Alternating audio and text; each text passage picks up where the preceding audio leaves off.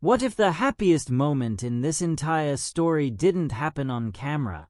What if it happened in a quiet room with no phones allowed, no live stream, no proof? And that's exactly why most people will never see it. Because right now, one question refuses to die. Did Betty secretly meet Timmy, Ray, and Lorene? Not in a viral clip. Not in a leaked photo. Not in a public reunion staged for sympathy.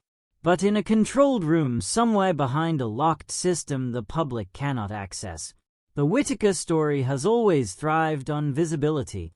From the first time the family in Odd became widely known through footage connected to Mark Leiter, their lives have existed in front of strangers. Porch conversations, kitchen tables, donation deliveries, arguments, celebrations, everything documented. And then, silence. Not the casual silence of someone taking a break from YouTube.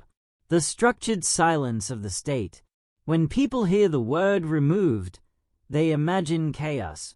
Sirens, courtrooms, headlines. But the reality is often more procedural.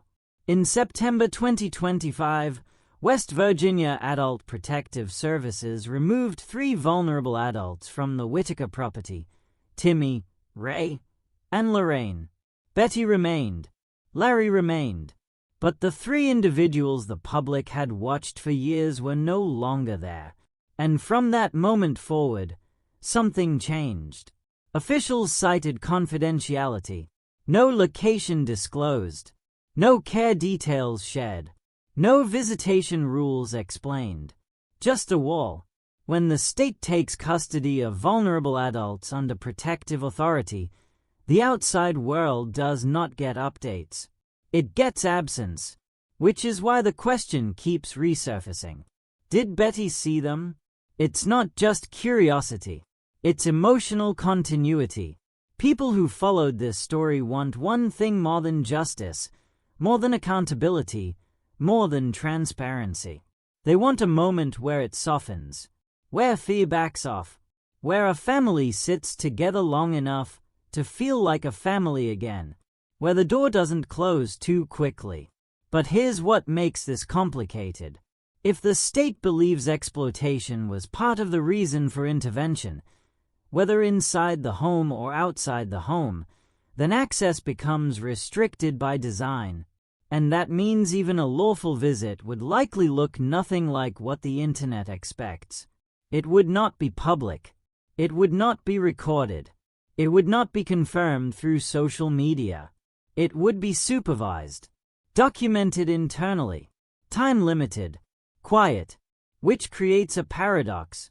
The more protected they are, the less visible they become. And the less visible they become, the louder the speculation grows. Because silence invites imagination. Some say Betty has had no contact since removal. Some say there were supervised visits. Some say a meeting happened but was kept confidential. None of those claims are supported by public documentation.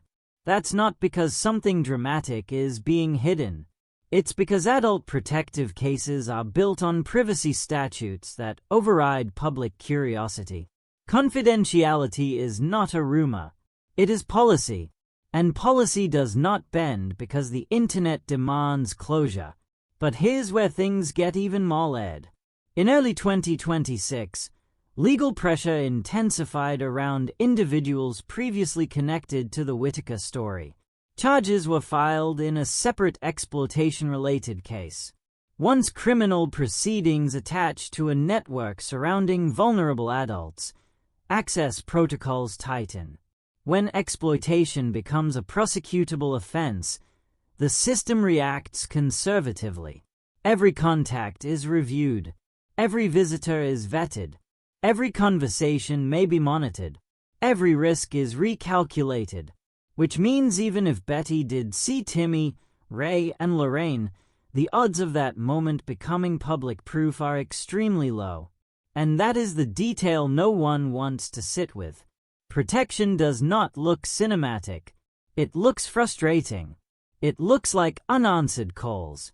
It looks like sealed documents. It looks like a door that does not open for strangers anymore.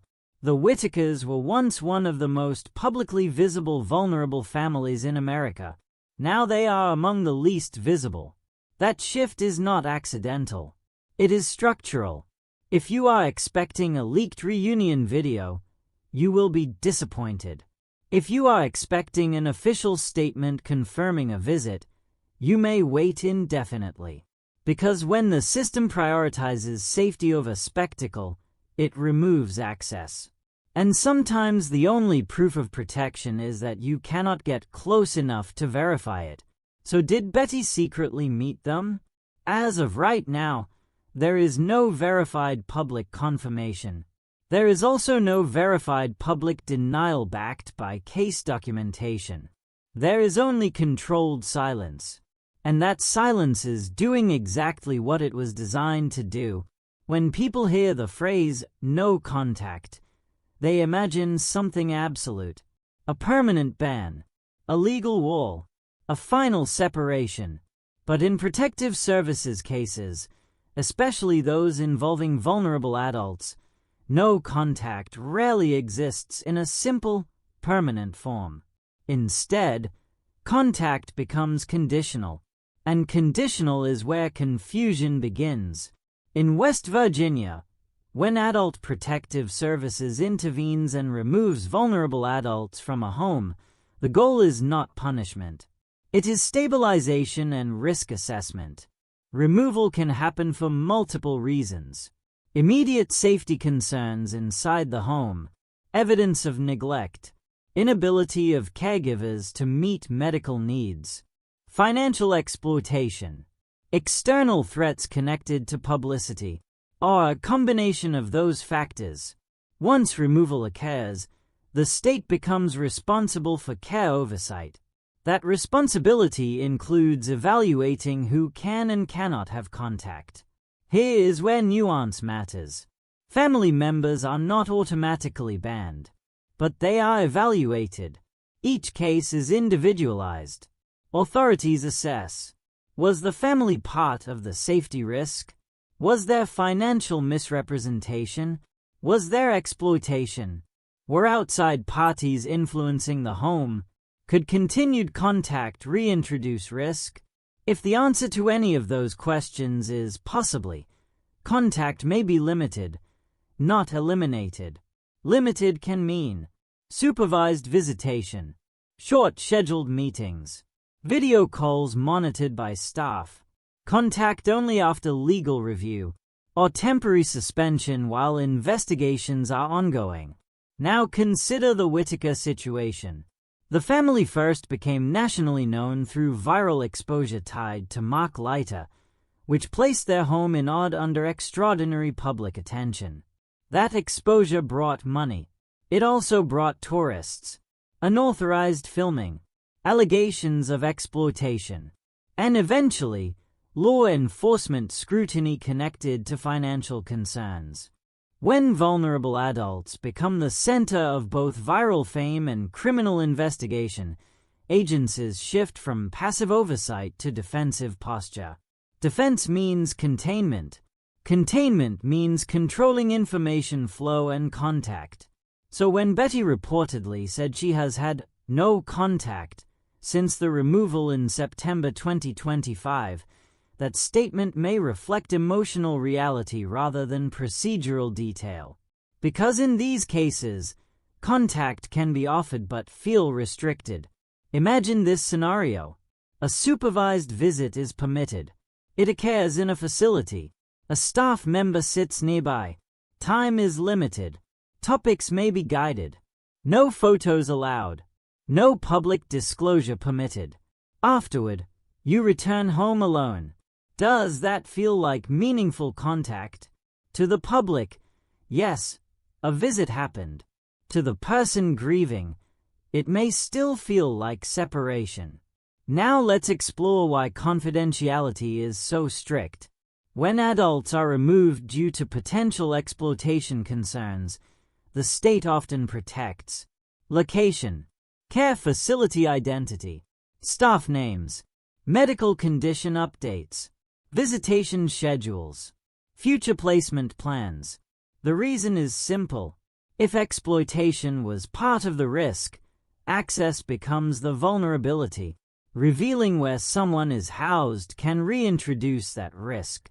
Even revealing that a visit occurred can create pressure or attempts at unsupervised contact. Which means even if Betty had been allowed to see Timmy, Ray, and Lorene under supervision, confirming that publicly could violate protective policy. The system is designed to frustrate curiosity. That frustration is intentional. Now, let's address something that complicates the narrative further. In January 2026, legal charges were filed in a case connected to exploitation allegations surrounding individuals previously involved with the Whittaker household. When exploitation becomes an active criminal case, adult protective services must coordinate with prosecutors. That coordination changes everything, because now, witnesses may be involved, statements may be preserved, contact could influence testimony, family dynamics could intersect with criminal proceedings. In those situations, agencies become extremely cautious. Even innocent contact can be restricted temporarily to preserve case integrity, which means a visit might not be denied permanently, but delayed strategically. Another factor rarely discussed publicly is capacity evaluation. When adults with cognitive impairments are removed from a home, agencies often conduct assessments. Can they advocate for themselves? Do they understand financial transactions? Can they consent to contact? Are they susceptible to influence? If evaluators determine that individuals are highly suggestible or easily influenced, supervised contact may be extended or strictly structured.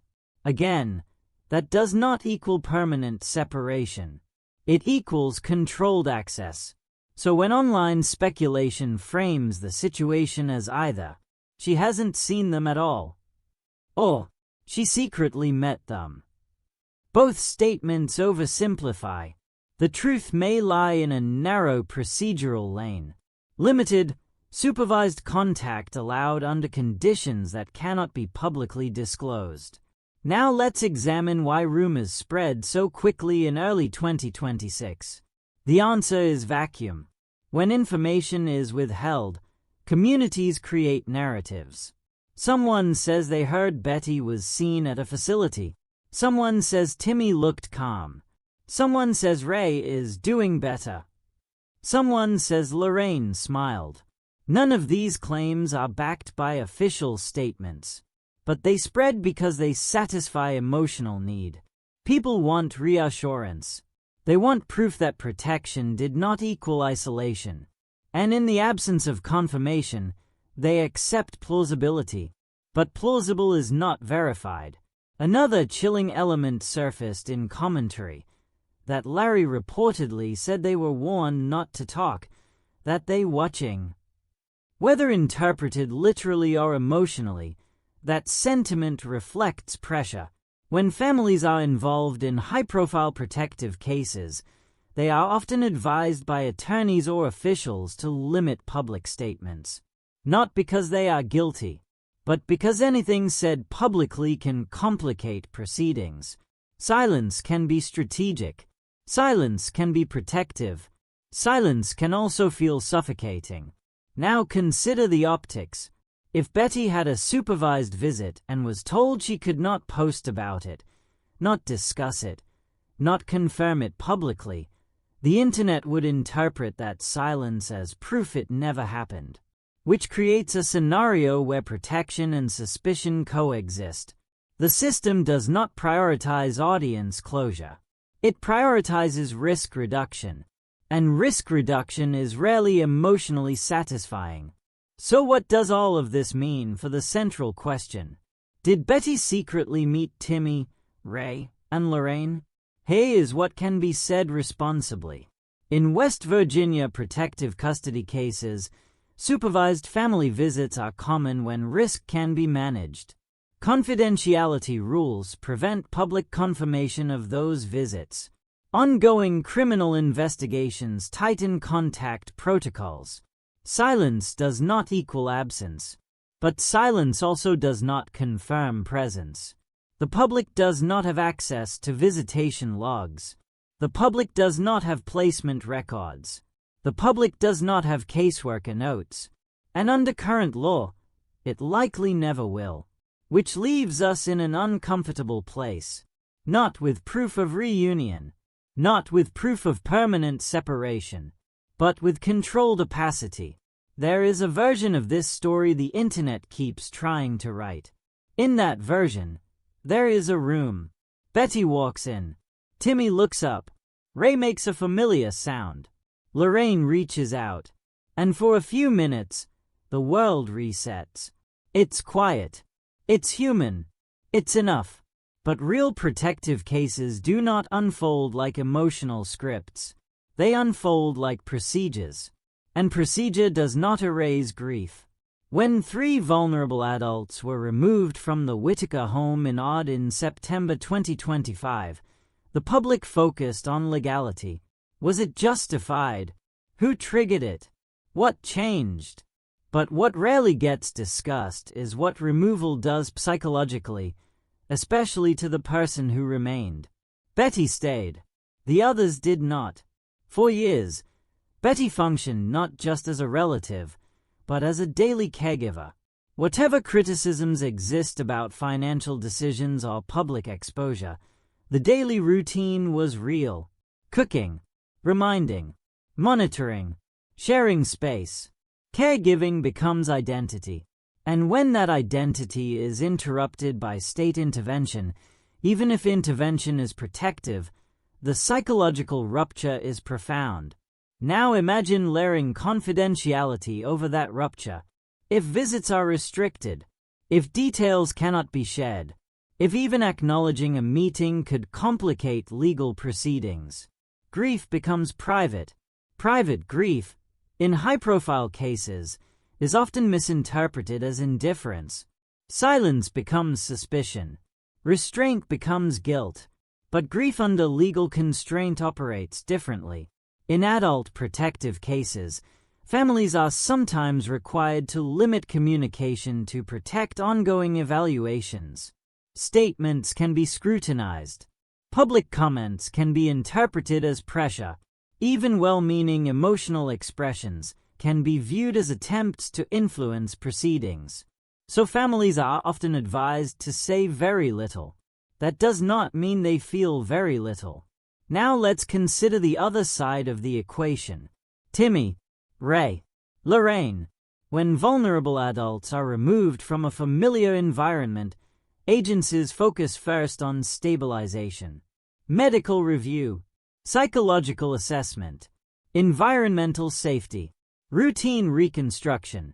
If the home environment was chaotic, whether due to internal hazards or external pressures, relocation can initially produce confusion, distress, or withdrawal.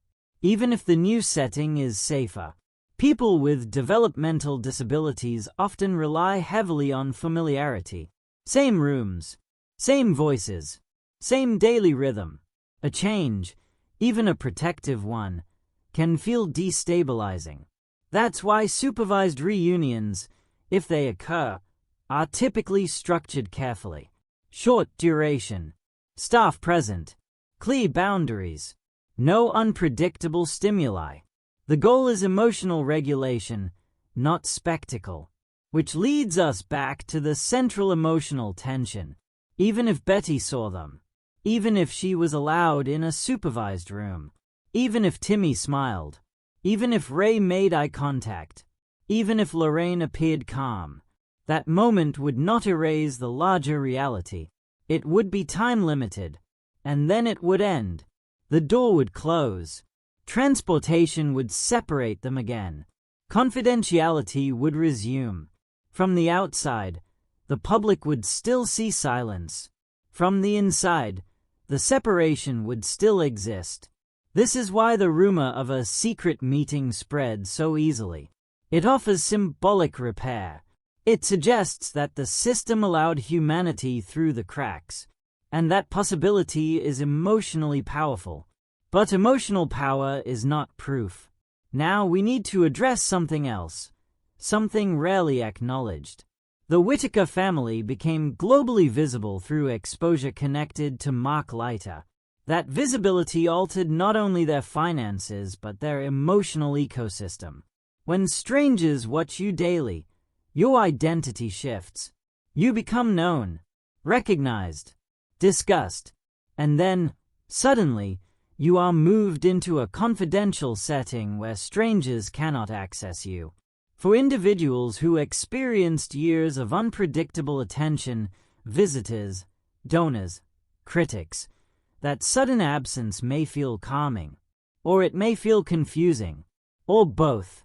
And if the state determined that viral fame itself contributed to risk, through tourism, exploitation attempts, or financial manipulation, reducing exposure becomes part of protection, which means emotional reunion is secondary to stability.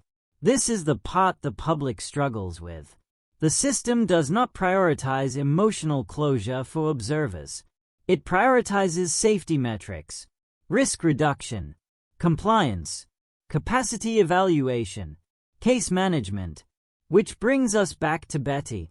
If she is grieving privately, the public will not see it. If she is angry, that will not appear in official reports. If she is hopeful, that will not be live-streamed. If she is visiting under supervision, she may be prohibited from discussing it. And if she has not yet been allowed contact, that too may remain confidential until legal proceedings conclude. This creates two parallel realities. One where reunion may have happened quietly. One where reunion has not yet been permitted. Both realities are plausible under protective frameworks. Neither can be confirmed without violating confidentiality laws. Another factor complicates the emotional narrative. In early 2026, legal charges were filed in an exploitation-related case connected to individuals who had involvement with the Whittaker story. When criminal proceedings intersect with protective custody, access can tighten further. Why?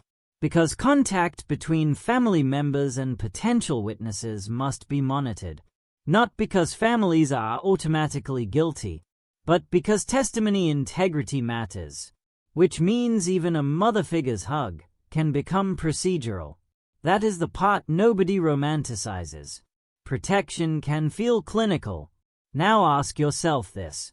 If a supervised visit occurred and it was calm, short, and emotionally contained, would the public even recognize it as meaningful? Without cameras, without proof, without reaction videos. The internet equates visibility with reality. But reality continues when visibility ends. So did Betty see them? The honest psychological answer is this. If contact was allowed, it would have been structured. If it was structured, it would have been limited. If it was limited, it would not satisfy public imagination. And if it did not occur yet, that absence may reflect caution rather than cruelty. Because once a case transitions from viral controversy to legal accountability, the system does not operate for narrative comfort. It operates for long-term safety. The emotional truth may be harder than the procedural one. Whether or not a reunion happened, this chapter of the Whittaker story is no longer about spectacle. It is about containment. And containment is quiet. In early 2026, something shifted. Not publicly, at first. Not emotionally. Procedurally. When criminal charges were filed in an exploitation-related case connected to individuals who had involvement around the Whittaker family, the framework changed. Once a situation crosses from protective concern into active criminal matter, every door narrows. Because now it is no longer just about safety. It is about evidence. When vulnerable adults are potential victims in an exploitation case, Prosecutors operate cautiously. Statements matter. Contact matters. Influence matters. And access becomes part of the investigative equation. The Whittakers' journey from viral visibility to legal scrutiny began years earlier, when their lives in odd became widely known through exposure tied to Mark Leiter. That exposure introduced money, attention, visitors, and eventually competing narratives. But when law enforcement alleges exploitation connected to financial dealings, the lens changes. It is no longer what did the internet see. It becomes what can be proven. In exploitation cases involving vulnerable adults, authorities must determine: were funds misdirected? Was consent valid? Was capacity sufficient? Was coercion present? Were benefits improperly reported? Did anyone financially gain through deception? To answer those questions, investigators often restrict access temporarily. Why? Because contact between family members and potential witnesses can complicate testimony. Even a well-intentioned conversation can raise concerns about influence. Not because families are automatically suspect, but because prosecutors are required to protect evidentiary integrity. If Timmy, Ray, and Lorene are considered vulnerable adults under state protection, their interactions are likely documented. If Betty requested a visit, that request would be evaluated under new conditions. Is she part of the investigation? Is she a witness? Is she a subject? Is she cleared? Could contact affect testimony? These questions are not emotional. They are procedural. And once charges are filed, caution increases. Now consider how this intersects with public curiosity. The internet wants yes or no. The legal system operates in maybes and documentation. A supervised visit could occur and still remain confidential because disclosing it might reveal facility location, signal care placement, disclose witness availability, interfere with ongoing prosecution. In other words, even if a reunion happened, confirming it publicly could undermine protective strategy. This is where frustration peaks, because the public feels entitled to closure. But protective cases do not prioritize audience closure. They prioritize containment of risk. Another detail often overlooked is that criminal charges trigger documentation preservation protocols. Phones, messages, financial records, visitor logs, surveillance footage. Everything becomes potential evidence, which means any visit would not be casual. It would be scheduled, logged, possibly recorded, observed, and it would likely be brief. This is not cruelty. It is liability management. Now let's address a difficult reality. If the state believes exploitation occurred in the past, whether through financial misdirection, unauthorized filming, or coercive access, then preventing recurrence becomes central. That means the system asks, could family contact unintentionally reopen channels for outside influence? Could public confirmation of a visit reignite media pursuit? Could revealing access compromise safety? If the answer to any of those is possibly, silence becomes protective strategy. There is also another layer. Criminal proceedings take time. Indictments, hearings, discovery, motions, negotiations. During that period, agencies often freeze certain types of contact to avoid procedural challenges. If defense attorneys argue that a vulnerable adult was influenced after removal, the prosecution's case weakens, which means prosecutors may advise minimizing unsupervised or even supervised family interaction until critical testimony is secured. Again, this does not imply Betty is guilty of anything. It implies the system moves conservatively. Now imagine being in Betty's position. You are told the case is confidential. You are told not to discuss details. You are advised that public commentary could complicate proceedings. You may or may not be allowed contact. If allowed, it may be brief and supervised. From the outside, that looks like silence. From the inside, it may feel like limbo. This is the emotional cost of procedural protection. The internet often interprets silence as evidence of wrongdoing. But in criminal cases involving vulnerable adults, silence is frequently required. And here is the part most people overlook. If charges were serious enough to be filed publicly, then the state is signaling something important. They believe harm may have occurred. They believe accountability is warranted. They believe the matter rises beyond rumor. When that threshold is crossed, protective agencies become even less likely to provide updates. Because now, anything said publicly can influence jury pools, witness credibility, and defense arguments. So what does that mean for the central question? Did Betty secretly meet them? Under a criminal prosecution framework, one of three possibilities becomes likely.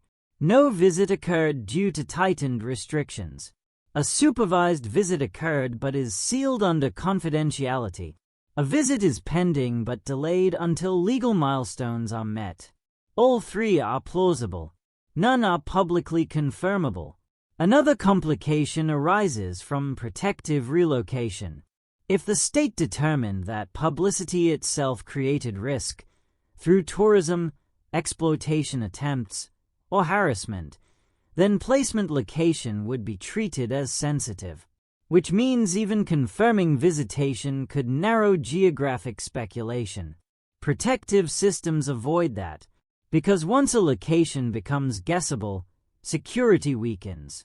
And if the Whittakers were targets when attention and money flooded in, reducing traceability becomes essential. The public often interprets locked door as hostility, but in protective systems, locked doors represent containment. Containment of risk, containment of access, containment of narrative.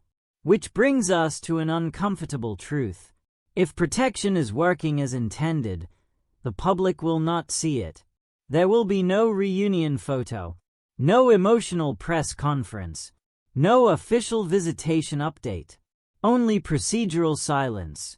That silence may frustrate viewers who followed the Whittaker story for years. But frustration does not override statute. And statute now governs what happens next. There is something deeply unsettling about a story that doesn't resolve. No reunion photo. No confirmed goodbye. No verified update. Just a locked door. And for the first time in years, the Whittaker story is no longer unfolding in front of an audience. It is unfolding behind policy. That may be the most important shift of all. For years, the family in Odd existed in public view. Their lives became widely known through exposure connected to Mark Leiter, and from that point forward, visibility defined everything. Money flowed because people could see them. Debates raged because people could watch them. Supporters felt connected because they had access. Now access is gone, and that absence feels like loss. But here is the uncomfortable question. Is the absence a tragedy, or is it protection working? When vulnerable adults become part of a criminal exploitation case, the system recalibrates. It removes spotlight. It reduces access. It limits commentary. It prioritizes safety over narrative. If Betty saw Timmy, Ray, and Lorene in a supervised setting, we may never receive confirmation. If she has not yet been allowed contact, we may never receive confirmation of that either. Because the new reality is confidentiality backed by law. The public's need for closure does not override protective statutes. And that is difficult to accept. We are conditioned to expect updates, to expect proof, to expect emotional payoff. But protective systems do not provide emotional payoff. They provide containment, and containment is quiet. There is another possibility we must consider. Perhaps the most humane outcome is the one we cannot see. A calm room, a short visit, no cameras, no commentary, no monetization, no pressure, just presence. Or perhaps the most protective outcome is stricter separation while legal processes unfold. Both possibilities exist inside the same silence. What changed in 2026 is not just the legal landscape. It is the boundary. The Whittakers are no longer public content. They are protected individuals inside a system that does not answer to viewers. That may feel like the story ended unfinished. But sometimes the absence of proof is not a missing chapter. It is a shield. So did Betty secretly meet them? Here is the only responsible answer. The public does not have verified access to their location, their care, or their contact status, because confidentiality is now the perimeter. And when protection is working at its strictest, the loudest sign is silence. Not because nothing is happening, but because we are no longer meant to see it. Thank you for watching this video. Click here to watch another video that might interest you.